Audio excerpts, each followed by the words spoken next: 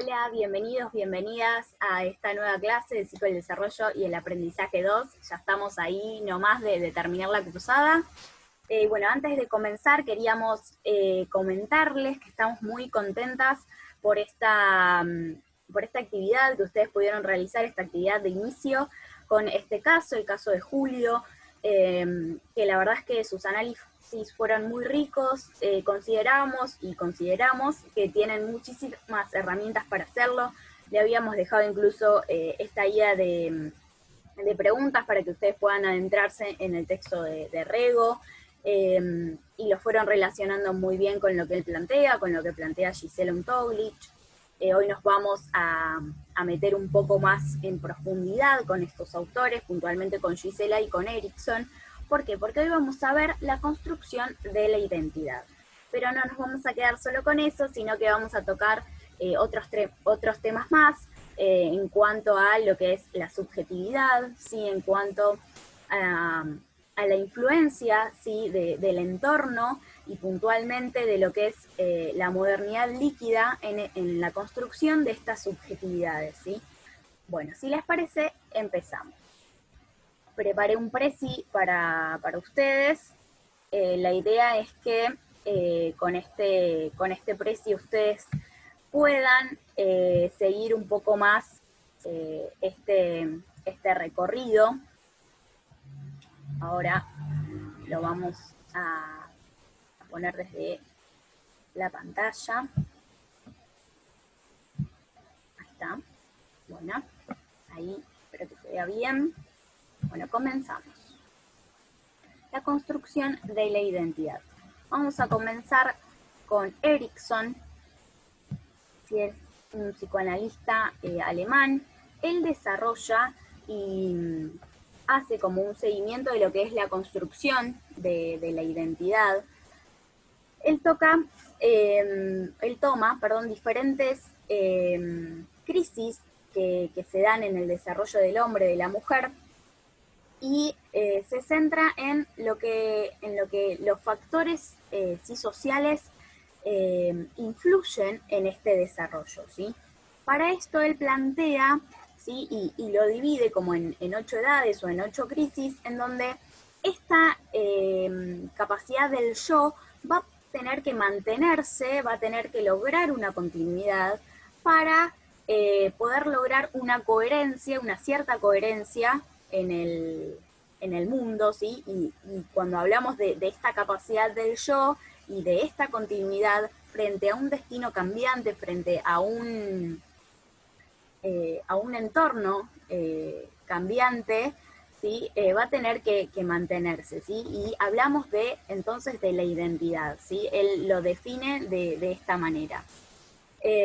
Por supuesto que hay diferentes conceptos que él toma y que son muy puntuales en lo que es la teoría de Erikson, en el caso, por ejemplo, de lo que es el concepto de crisis y cómo él lo desarrolla, pero nos vamos a centrar hoy puntualmente, como les decía, en esta construcción de la identidad y en cómo se van instalando estas modalidades vinculares en este sujeto y que van a permitir que él se posicione y que haga un recorte de sí mismo, ¿sí? Pero este recorte de sí mismo no lo va a hacer en alienación con el entorno, sino que el entorno y estos otros referentes van a ser de una influencia extremadamente importante, ¿sí? Y vamos a ver por qué. Bueno, ahora sí vamos a ir con la primera edad, ¿sí? Que él, o la primera crisis, que él lo plantea como confianza básica versus desconfianza básica. Esto se centra en el comienzo, ¿sí? En el principio de los niños, de las niñas, y que va a tener que ver con este otro primordial, otro, ¿sí?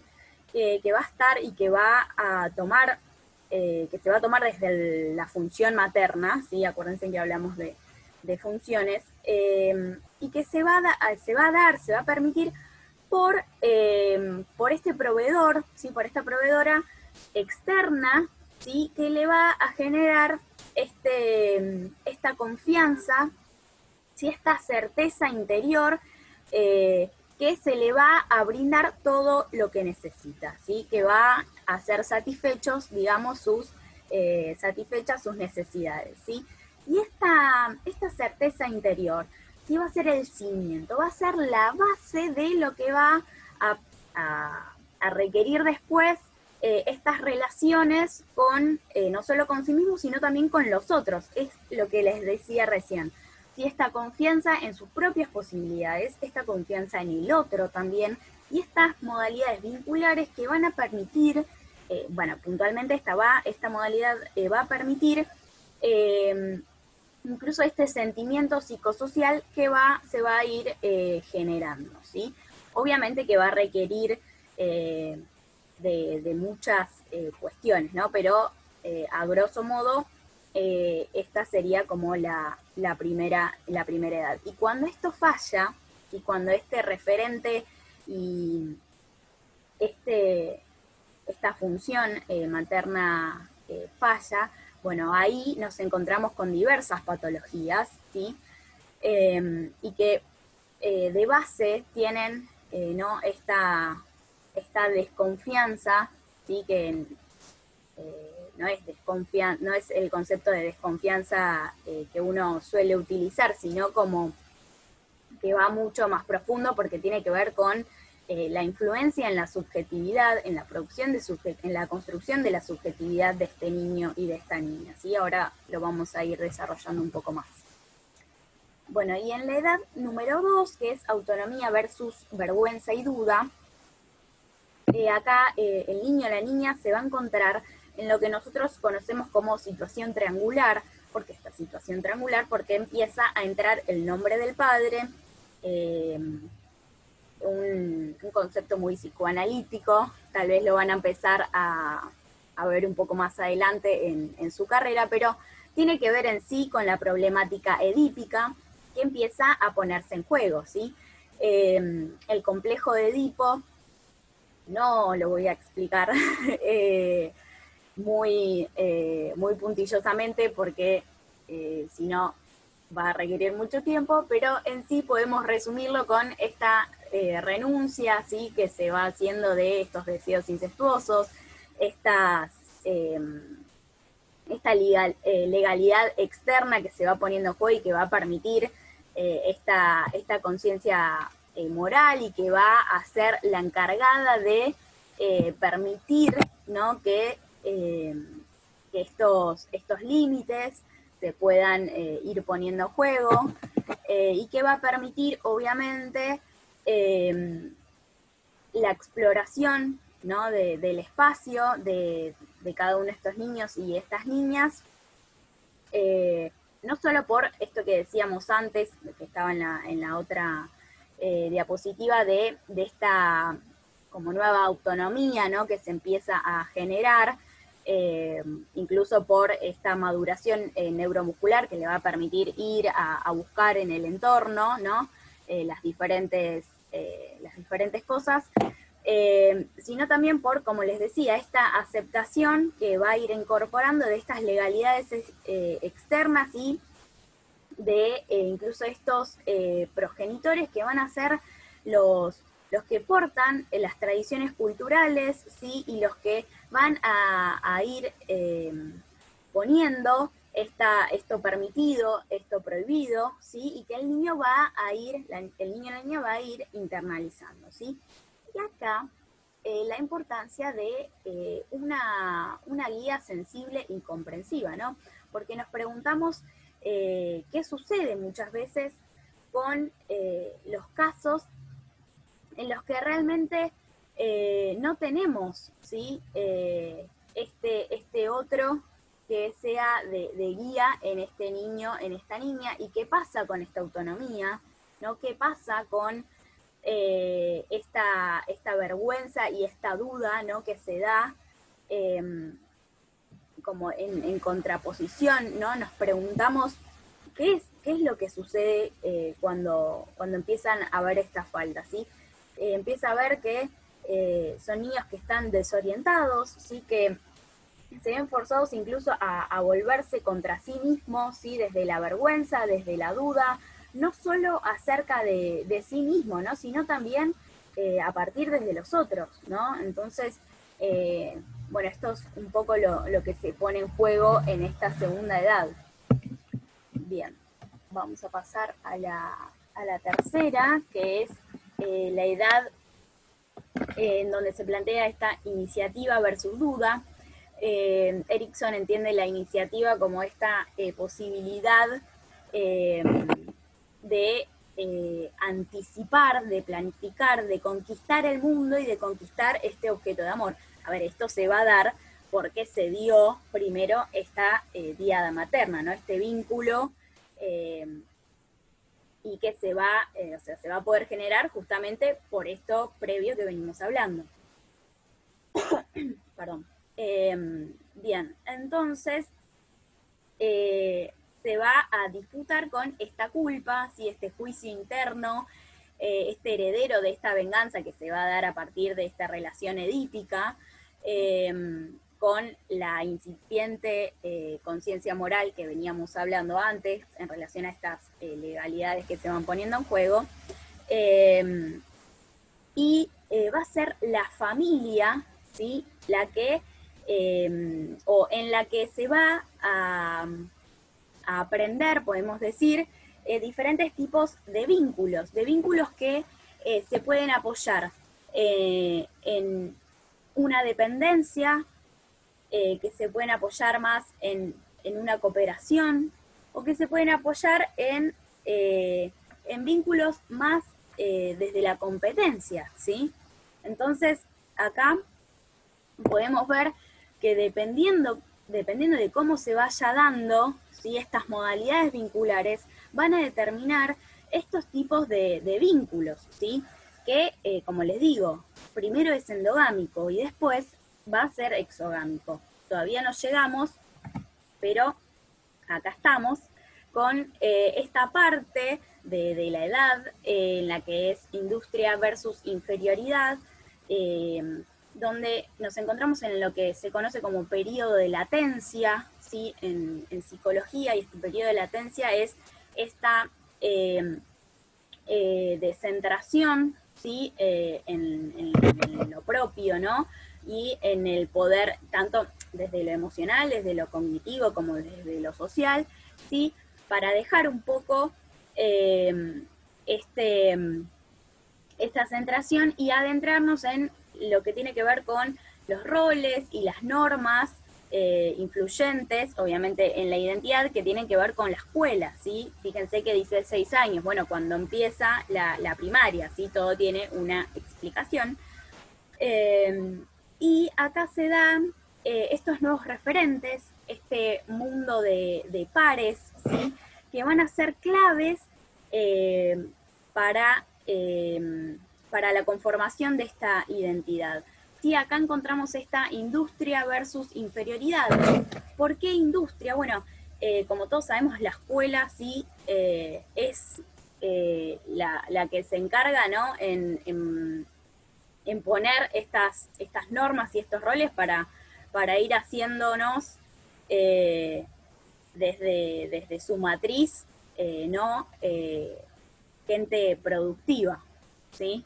Esto sabemos que está enraizado en la matriz escolar y que es así, ¿no? Entonces, ¿qué pasa cuando el niño o la niña siente que no tiene la capacidad y las habilidades para el manejo de las habilidades necesarias para ser productivo, ¿sí? Para adentrarse en esta vida intelectual, en esta vida nueva que se le plantea, ¿sí? Y se acerca a esto, este sentimiento de inferioridad muchas veces, ¿no? Que se tiene, ¿no? De impotencia, de inadecuación.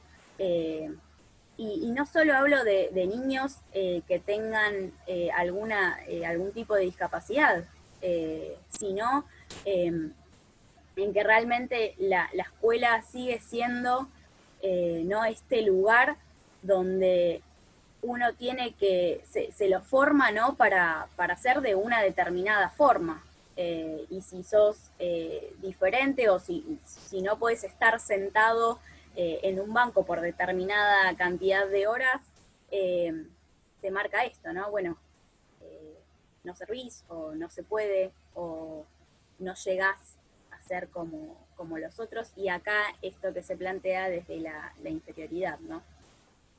Bueno, acá hay esta frase que se plantea, ¿no? La confianza, la autonomía y la iniciativa marcarán la capacidad y el sentimiento productivo, como bien les decía, facilitarán el desarrollo de sentimientos de laboriosidad y cooperación. Bueno, esto que veníamos hablando antes, dependiendo de esta confianza, de esta autonomía y de esta iniciativa, van a haber diferentes sentimientos, ¿no? En cuanto a la posibilidad o no de ser laborioso o de ser competente en este mundo, ¿no? Bueno, y en esta diapositiva lo que les quería recordar es que nosotros vamos a tener una actividad de cierre y estén atentos a esta diapositiva porque les va a permitir relacionarlos con el caso que les dejamos. En realidad no es un caso, es una charla TED en la que se cuenta la historia de un chico y tiene que ver mucho con esta diapositiva. Bueno, pasamos a la otra. Es la número 5, ¿sí? Identidad versus difusión de rol. Y acá encontramos el arribo a lo que es la adolescencia, ¿sí? Encontramos lo que Erikson plantea como duelos desde el cuerpo infantil, desde el rol infantil, incluso desde el rol de los padres, ¿no? De este rol en el que nosotros como niños, niñas, debemos dejar esta dependencia y lograr alcanzar nuevas metas porque ya tenemos un cierto grado de autonomía.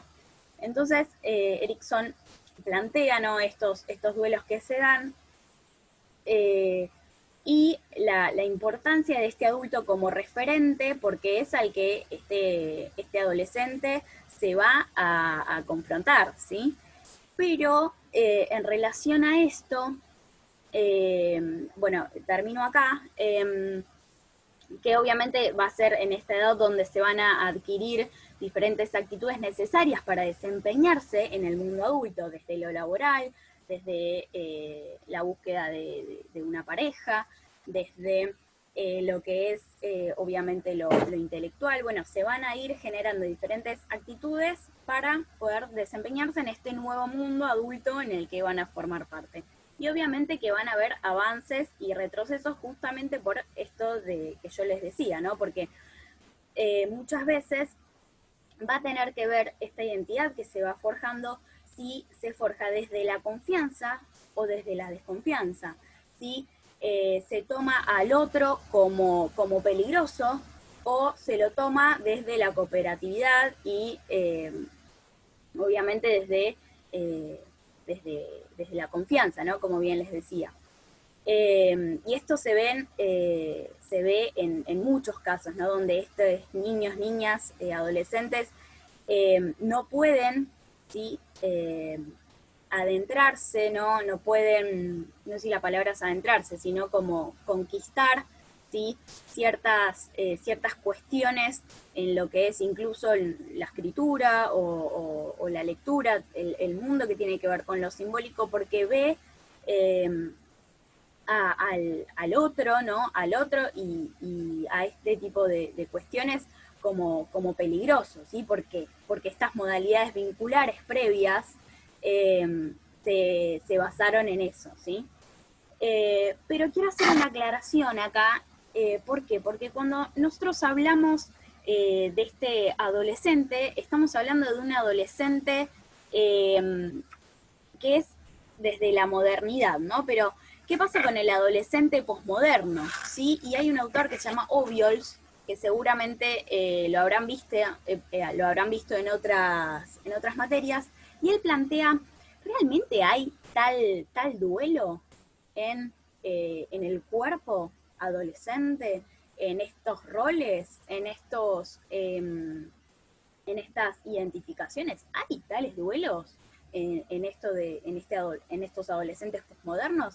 ¿Por qué? Porque, a ver, si nos ponemos a pensar, hoy en día el cuerpo adolescente es algo que se quiere perpetuar, no es algo que nos gustaría dejar, ¿no? Es como que en realidad este cuerpo es algo que se quiere mantener, ¿no? Entonces, Obviols plantea que en realidad no sé si esto ahora es tan así, ¿no? O incluso esto que nosotros decíamos desde el rol, desde los padres y desde de los niños y las niñas, ¿no? Ya no hay sí, no hay una asimetría, sino que esa simetría cada vez esa brecha se va acercando, ¿no? Estos padres que son ahora más compinches, estos padres que están teniendo y que se mantienen con las mismas dudas y los mismos conflictos que los adolescentes en muchos casos, estos padres incluso adolescentes, hablo más allá, sí, de lo cronológico, ¿no? Digo, eh, esto que se conoce también como síndrome de Peter Pan, eh, y que tiene que ver con esta era, ¿no? Eh, y también incluso con esto que nosotros conocemos con el rol y la identidad infantil de dejar este yo ideal, ¿sí?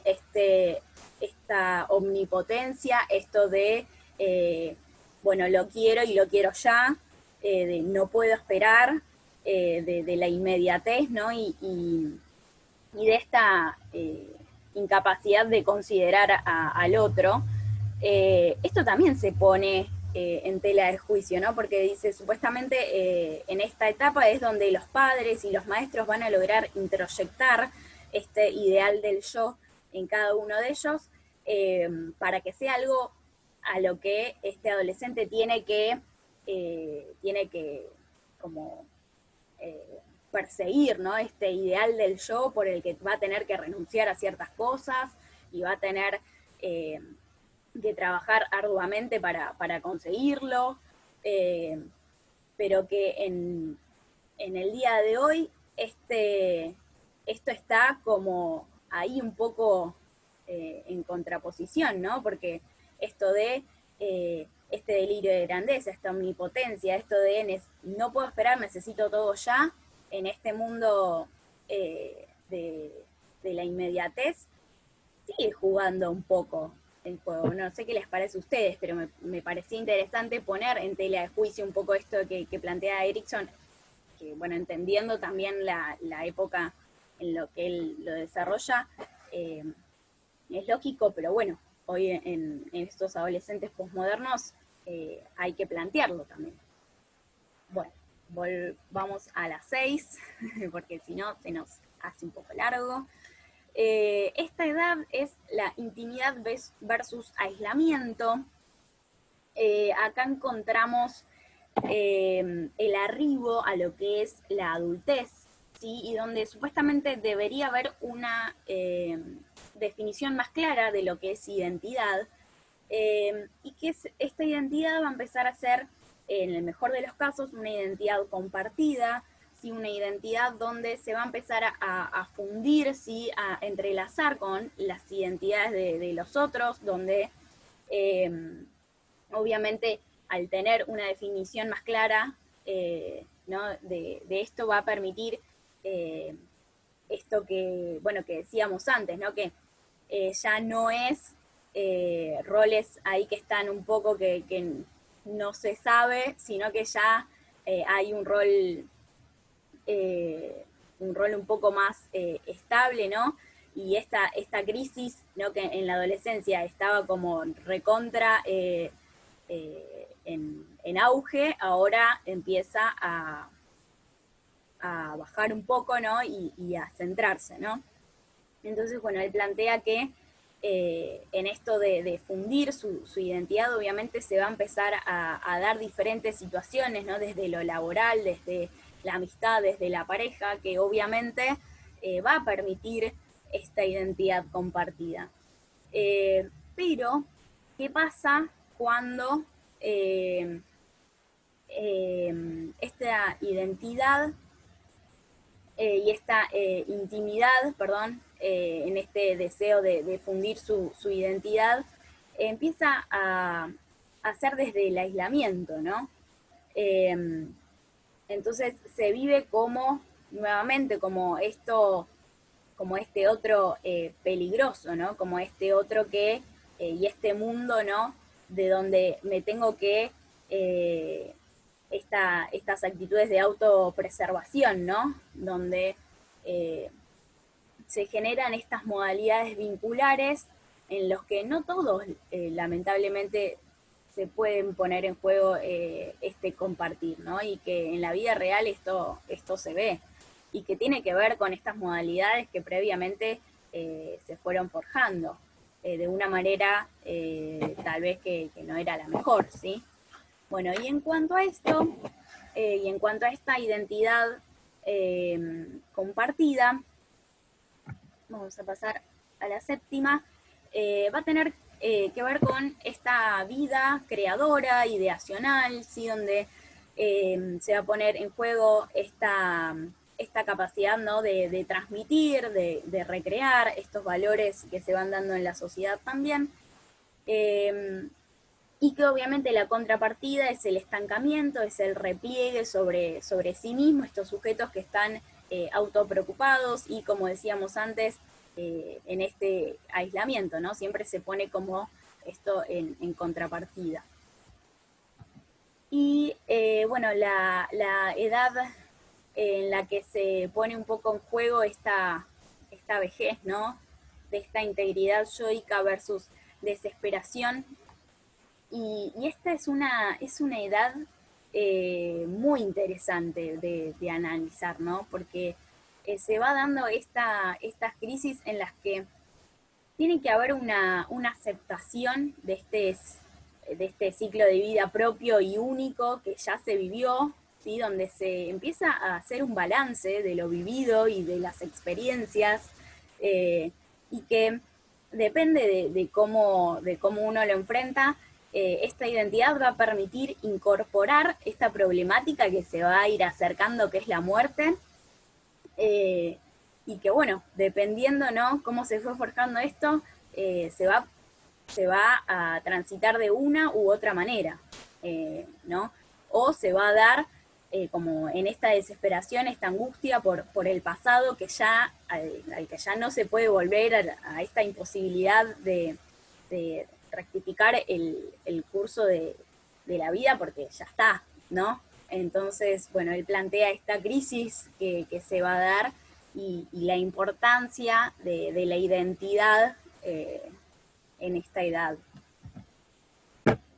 Bueno, y si vamos a Gisela Untoglich, como bien les había dicho, y en esta subjetividad, en estos tiempos de modernidad líquida, quiero que ahora en breve pausen el video, que vayan a buscar el capítulo que les dejamos de Gisela, porque quiero que me acompañen a leer uno de los párrafos que están, es uno de los últimos, en la página 33, búsquenlo, comienza con ¿qué sucede cuando esa construcción? Bueno, búsquenlo, así lo leemos juntos, pausen el video y lo analizamos. Bueno, espero que lo hayan podido encontrar, y los leo, lo leo al párrafo para poder analizarlo juntos, ¿les parece? Ella dice, ¿qué sucede cuando esa construcción fracasa? Cuando esa construcción habla de la confianza en los adultos y en los otros, ¿sí? Entonces, reitero, ¿qué sucede cuando esa construcción fracasa? Dice Gisela. Winnicott postula que la enfermedad mental consiste en no ser capaz de encontrar a nadie que pueda soportarnos. Soporte como aguante, pero también como sostén.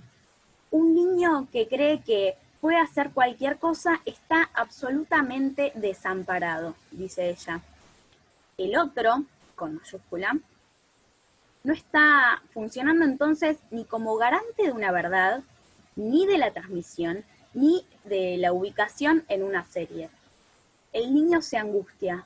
Sin embargo, al no poder reconocer su angustia como tal, se desborda. Y acá habla de esta importancia en lo que yo les decía antes, ¿no? En estos modelos vinculares que se van a ir desarrollando desde este vínculo, desde la confianza y no desde el desamparo, ¿no? Desde esta contraposición al desamparo, como bien plantea ella. Y en el caso que ustedes tenían que analizar de Julio César, esto se pone en juego. Y ustedes lo desarrollaron muy bien en la actividad, ¿no? Entonces ella habla de estos otros, ¿no? Y de esta caída de referentes que se da en estos tiempos, ¿no? En estos tiempos de liquidez, ¿sí? Y que realmente tienen mucha influencia en lo subjetivo, ¿sí? Ella dice que en estas modalidades psíquicas lo que predomina es la desligadura, ¿sí? Esta como incapacidad en representar, en simbolizar. Y nos preguntamos esto, ¿no? ¿Cómo hace un niño para tramitar su angustia si esto no lo puede llevar a cabo? ¿Sí? Y es un poco lo que le pasa a Julio en este caso donde se plantea, ¿no? ¿Cómo se pueden conectar estos afectos en medio de tanta, o sea, en medio de tanta liquidez, de estos tiempos como efímeros, ¿no? Que se diluyen. Y obviamente con padres, madres en los que realmente hay una precariedad, hay un desamparo, hay una fragilidad, ¿sí? Y tiene mucho que ver con lo que nosotros veníamos hablando, incluso con estos niños que están continuamente frente a una pantalla. ¿Y qué pasa con esto, ¿no? ¿Qué pasa con esta capacidad de simbolizar, ¿no? Bueno, en el texto de Gardner, de la generación Up, ¿qué pasa con esta identidad prefabricada que se van armando, ¿no? Así que vayan relacionando porque todo va teniendo que ver con todo. Y bueno, retomando a lo que plantea Gisela, ¿no? Esta medicalización, que también otro autor que habla excelente sobre este tema de medicalización de la infancia es Juan Bassen, los invito a que puedan buscarlo también. Y estos diagnósticos que son tomados como nombres propios, ¿no? No sé, Juan es ADD. No, Juan es Juan, ¿sí? Y su patología o su dificultad o la modalidad que él tenga para enfrentarse a la vida va separado, ¿no? Entonces, esto, ¿no? De la necesidad muchas veces en esta sociedad que va muy rápido, ¿no? Que va todo líquido, ¿no? Y que todo se diluye y que está como en permanente cambio, en permanente mutación y que todo se vuelve inestable, en esta necesidad de agarrarse de un diagnóstico, de una etiqueta para poder sobreponerse a la situación. Y el niño queda, el niño y lo que le está pasando, ¿no? Queda relegado, ¿no? Bueno, es ADD, bueno, entonces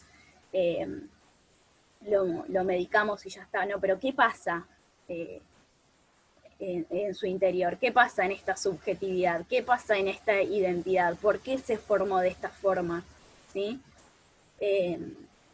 Y bueno, como les decía, en esta caída de referentes, de legalidades, de límites, y en esta dificultad para simbolizar, ¿no? Creo que es algo en lo que tenemos que reflexionar, ¿sí?